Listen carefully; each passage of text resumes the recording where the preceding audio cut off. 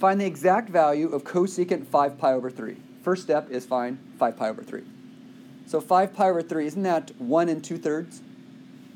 So aren't we going to go, let me draw that on there. Aren't we going to go, we start here, and don't we go 1, and that's 1/3 and 2/3. So aren't we going to end up right there? All right, so 1 2/3, and let's get that coordinate right there. All right, that coordinate right there is going to be 1/2 over and down square root 3 over 2. That right there would be the coordinate for that angle. And if I went cosecant, cosecant means sine flipped. So what is my sine value? Well, isn't sine your y? Aren't we looking for a y value? Or sine. And we're going to flip it. Okay, so my answer is going to be flip that, so it's negative 2 over the square root of 3. There's my answer. We're going to take sine is y, flip it, reciprocal. There's my answer. The problem is, if it's a multiple choice test, and it will be, you won't ever see this answer. So we have to simplify this, change it so the square root is not in the denominator. So let us change this by multiplying top and bottom by the square root of 3. That will give us negative 2 square root of 3 over the square root of 3 times the square root of 3 is the square root of 9, which ends up being 3. So that is your answer. That is the answer to cosecant 5 pi over 3. All right, we want to find the exact value of secant 3 pi over 4. First thing, let's find 3 pi over 4.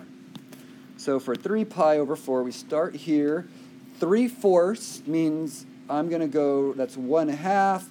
3/4 goes right there. That is 3/4 of a half circle, or a semicircle. So that is that. We have the coordinate here. So the coordinate right there is negative square root 2 over 2, comma, square root 2 over 2. Alrighty, and we want secant. Secant is the reciprocal of cosine. So if we want cosine, we want x. So I want this value, but I want its reciprocal. So we're going to take and do the reciprocal of negative 2 over the square root of 2. And just like before, we don't like square roots on the bottom, so you won't see that as a choice. So we're going to multiply top and bottom by the square root of 2, because the answer will not look like that. This would not be your answer. So when we multiply top and bottom by the square root of 2, we get negative 2 times the square root of 2 over the square root of 4, which is 2. The 2's disappear, so my answer is negative square root 2 for secant 3 pi over 4. So we're going to find the exact value of cotangent negative pi. So let's first find negative pi. All right, we start here. Negative pi means 1/2 circle revolution. So I'm right here. That coordinate is negative 1, 0. All right, now for cotangent, we are taking tangent and flipping it. Now tangent of theta is y over x. So cotangent of theta is going to be x over y, or the reciprocal of it. So if I took x over y, let's take these. Isn't this x and that's y? So what you get here is this is x, this is y. Take x over y, so negative 1 over 0.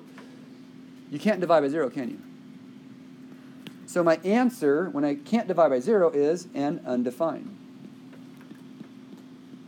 And we are done. Forgot my E. Undefined.